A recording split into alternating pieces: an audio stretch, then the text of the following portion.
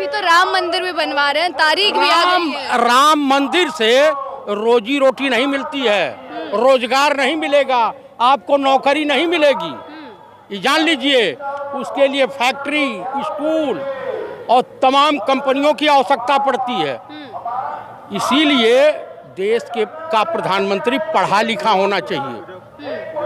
ये राजा बाबू कितने पढ़े लिखे हैं वो तो ईश्वर जानता है। आपको राजा बाबू ना समझ में आवे तो एक गोविंदा की पिक्चर राजा बाबू आई थी, उसको देख लीजिएगा।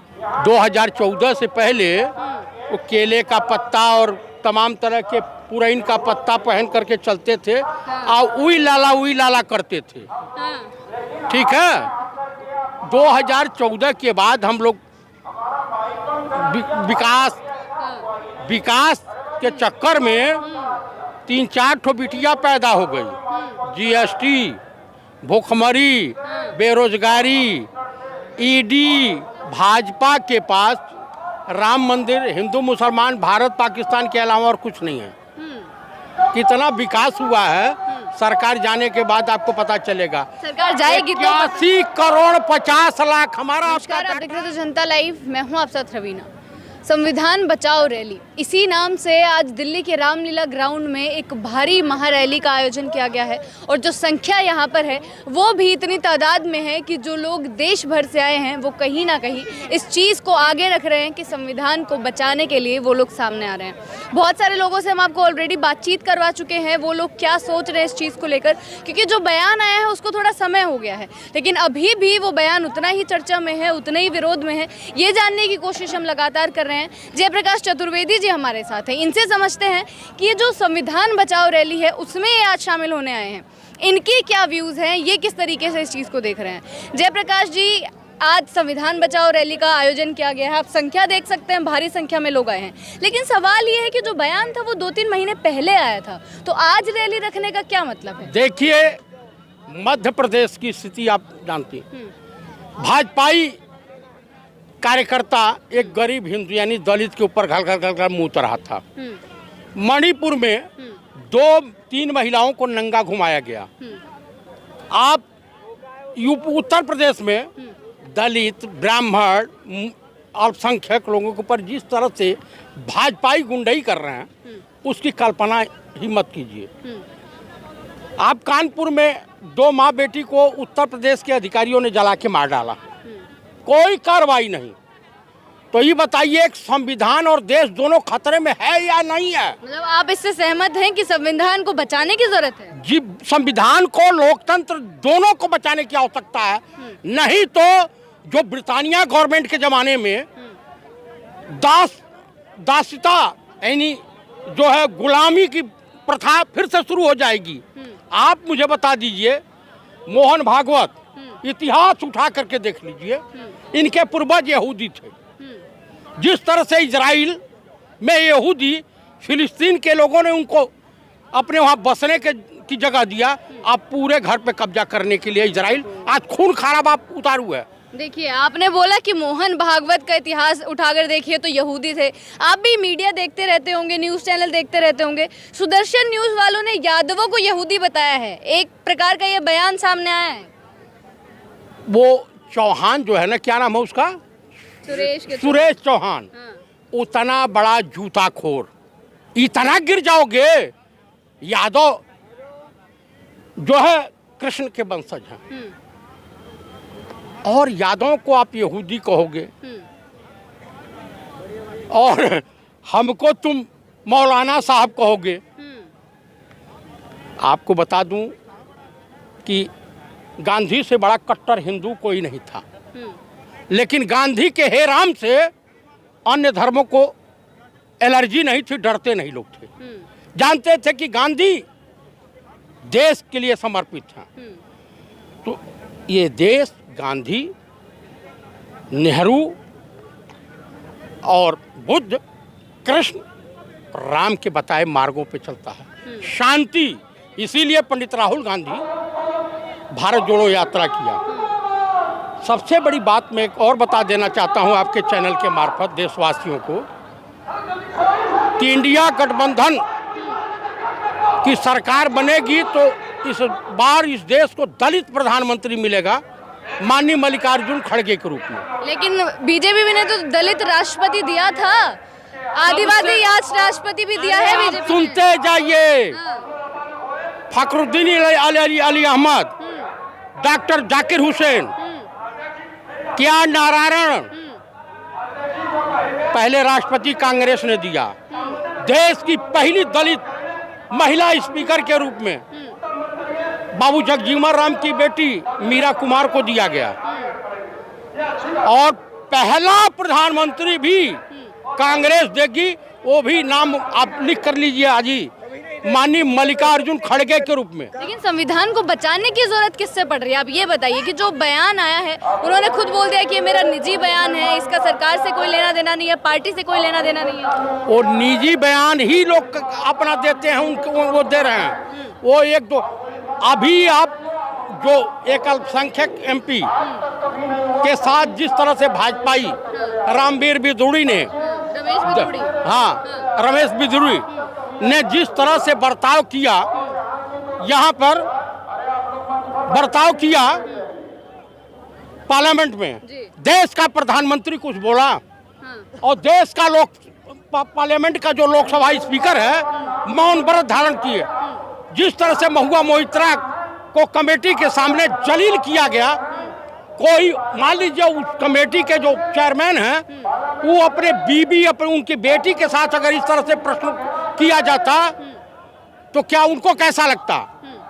अगर ये गाली जिस तरह से दानिश अली को दी गई रमेश बिदुड़ी द्वारा, अगर उस तरह की गाली भाजपाई एमपीओ को दिया जाए तो उनको कैसा लगेगा, या लोकसभा स्पीकर को दिया जाए कैसा लगेगा? सरेआम बेइज्जत किया जा। अब एक ही रह गया है कि जूता चप्पल पार्लियामेंट में डंडे लेकर के जाए लोग, विपक्ष के नेता। लेकिन आप जिस प्रकार से आज बोल रहे हैं कि इतनी ये महारैली है, इस पर लोगों ने अपने भी किया है कि क्या पता 2000 जब आगे हम बढ़ते जाएं, हम विकसित होते जाएं, क्या पता जनता को लगे कि संविधान को बदलने की जरूरत है, क्या पता ऐसी चीजें आए उसमें। देखिए, संविधान को बदलने की आवश्यकता नहीं है। संविधान देश की अंतरात्मा है। संविधान अगर नहीं होता तो हमको आपको रोजगार नहीं मिलता, संविधान नहीं होता हमें आपको वोट देने का अधिकार नहीं मिलता, फिर राजतंत्र चलता। और राजतंत्र में किस तरह से निर्दयी हो जाते हैं लोग, जालिम हो जाते हैं और गुलामों जैसा व्यवहार जनता के साथ करते हैं, जबरदस्ती टैक्स वसूलते हैं। तो संविधान है, यहाँ पता है कि हम 5 साल के बाद दोबारा नहीं आने वाले हैं, नहीं हमको जनता नकार देगी, तो अभी संविधान की देन है। बड़े त्याग और तपस्या के बाद हमारे देश को आज़ादी मिली थी, जिसका बहिष्कार आरएसएस वाले और हिंदू महासभा वालों ने किया था, हेडगेवार ने किया था, इनके जो माफी वीर सावरकर ने किया था। लेकिन फिर भी गांधी और पंडित नेहरू ने कहा कि हमारे देश के लोग हैं। एक बार भी नहीं कहा कि, एक बार ही कह देता कि आरएसएस गद्दारों का संगठन है, तो मैं आपको बताता हूं कि आज तक आरएसएस को पीछा छुड़ाना भारी पड़ जाता। अभी तो राम मंदिर भी बनवा रहे हैं, तारीख भी आ गई है। राम मंदिर से रोजी रोटी नहीं मिलती है, रोजगार नहीं मिलेगा, आपको नौकरी नहीं मिलेगी, ये जान लीजिए। उसके लिए फैक्ट्री, स्कूल और तमाम कंपनियों की आवश्यकता पड़ती है। इसीलिए देश का प्रधानमंत्री पढ़ा लिखा होना चाहिए। ये राजा बाबू कितने पढ़े लिखे हैं वो तो ईश्वर जानता है। आपको राजा बाबू न समझ में आवे तो एक गोविंदा की पिक्चर राजा बाबू आई थी, उसको देख लीजिएगा।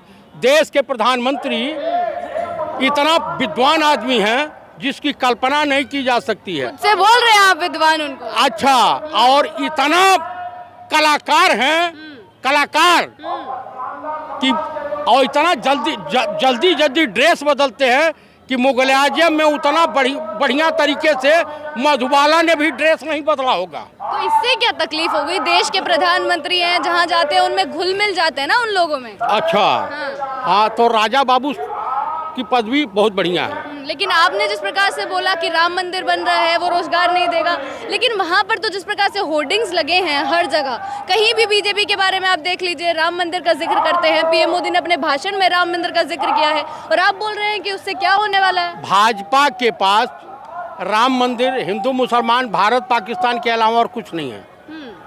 कितना विकास हुआ है सरकार जाने के बाद आपको पता चलेगा। सरकार जाएगी तो 81 करोड़ 50 लाख हमारा आपका डाटा इस देश का प्रधानमंत्री विदेशियों के हाथों बेच दिया। लेकिन 80 करोड़ लोगों को अनाज देने की बात है, वो भी 5 साल ज्यादा फ्री में देंगे। अब वाह वाह वाह वाह वाह वाह, क्या देश को विकलांग या आलसी बनाना चाहते हैं देशवासियों को। भिखारियों के लाइन में 80 करोड़ लोगों को खड़ा कर दिया है। अच्छा, पीएम मोदी को बोल रहे हैं आप ये? देशवासियों को 80 करोड़ लोगों को आपने भिखारी बना दिया है। आप करना क्या चाहते हैं? क्योंकि केवल गौतम अडानी या मुकेश अंबानी ही आपके लिए सब कुछ है। एक बार पहले नारा लगता था हम दो हमारे दो, वो फैमिली प्लानिंग का था। अब नारा लगता है कि हम दो हमारे दो, यानी 2 गुजराती बेच रहे हैं और 2 गुजराती खरीद रहे हैं। बहुत बड़ी बड़ी चीजें बोल रहे हैं, लेकिन आप एक ब्राह्मण होके राम मंदिर के बारे में ऐसी चीजें बोल रहे हैं। आस्था का वो है, केंद्र है वो लोगों का। सुनिए, राम, परवरदिगार आलम, कृष्ण, ये सब लोग पूजे जाते हैं। इनकी इबादत कहीं भी पेड़ के नीचे भी आपकी कर सकते हैं। लेकिन मंदिर बना करके ढोंग रचना, उसके आड़ में आप जनता को का शोषण करो, ये इबादत नहीं होती है।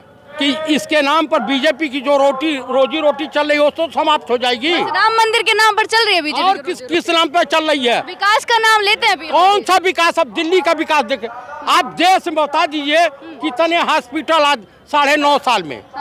हम लोग 2014 से पहले वो केले का पत्ता और तमाम तरह के पुरैन का पत्ता पहन करके चलते थे और उई लाला करते थे।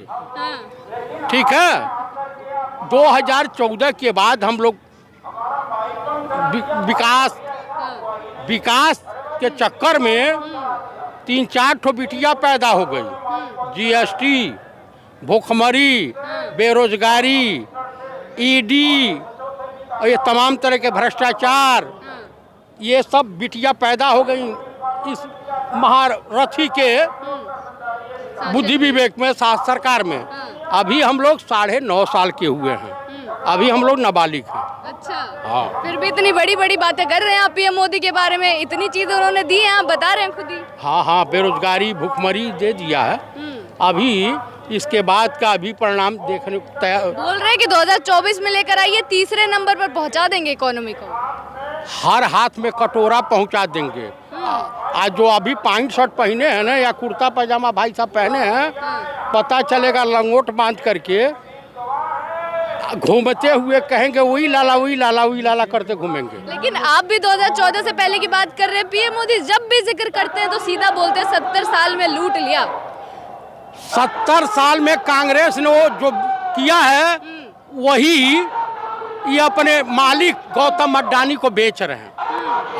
तो फिर बोलते हैं ना कि जिस तरीके से जो गरीब जनता है उनके बारे में सोचते हैं पीएम मोदी, ओबीसी समाज से आते हैं तो उन लोगों के बारे में सोचते हैं। वो अपने माँ बाप जो अपनी पत्नी का नहीं हुआ वो देश का होगा। वो तो चलो निजी मामला है उनका। वो दूसरे के निजी मामला में कांग्रेस की विधवा 50 लाख की गर्लफ्रेंड ताड़ुका शब्द का दूसरे की महिलाओं का उपकरण, इनके बारे में कहा जा तो जो है इनको दर्द हो, ये निजी मामला है। लेकिन उनकी पार्टी में तो कोई भ्रष्टाचारी नहीं है। भ्रष्टाचारी सारे विपक्ष में ईडी उन्हीं पे जा रही है सीधा। एकनाथ शिंदे राजा हरिचंद की छठी औलाद हैं। हेमंत बिश्व शर्मा राजा हरिचंद की छठी औलाद हैं।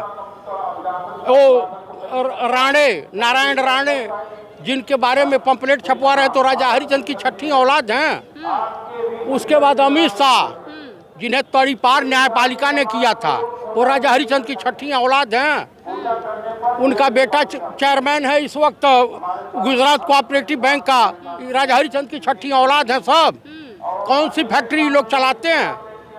फैक्ट्री चलाते हैं। कौन सी फैक्ट्री चलाते हैं, यही तो मैं पूछना। 2024 का बताइए, आप क्या माहौल लग रहा है आप जनता के बीच? 2024 में इंडिया गठबंधन की सरकार बनने जा रही है और एनडीए का अंतिम संस्कार होने जा रहा है। लेकिन इंडिया की जो गठबंधन है उन पे तो पीएम मोदी बोल रहे हैं कि खुद ही नहीं हो पा रहे हैं, आपस में ही नहीं सुलझा पा रहे हैं चीजें। वो ईडी उडी भेजते रहे, अभी इनके वहाँ भेजे हैं ना, केजरीवाल के वहाँ भेजे हैं। इस देश की जनता दवाई करना जानती है, वो दवाई कर देगी कि आज देशों नहीं छोड़ेंगे। जो कहे थे ना कि मैं झंडा फहराऊंगा, तो तिहाड़ जेल में भी झंडा फहराया जाता है। चलिए इसी बात पर खत्म करेंगे, सीधा सीधा काफी नाराज होते हुए पीएम मोदी को बहुत सारी चीजें बोल रहे हैं जयप्रकाश चतुर्वेदी जी, लेकिन जो बातचीत है वो 2024 को लेकर साफ हुई है। इसी प्रकार जनता के मुद्दे तक पहुंचाते रहेंगे, बने रहे हमारे साथ। शुक्रिया।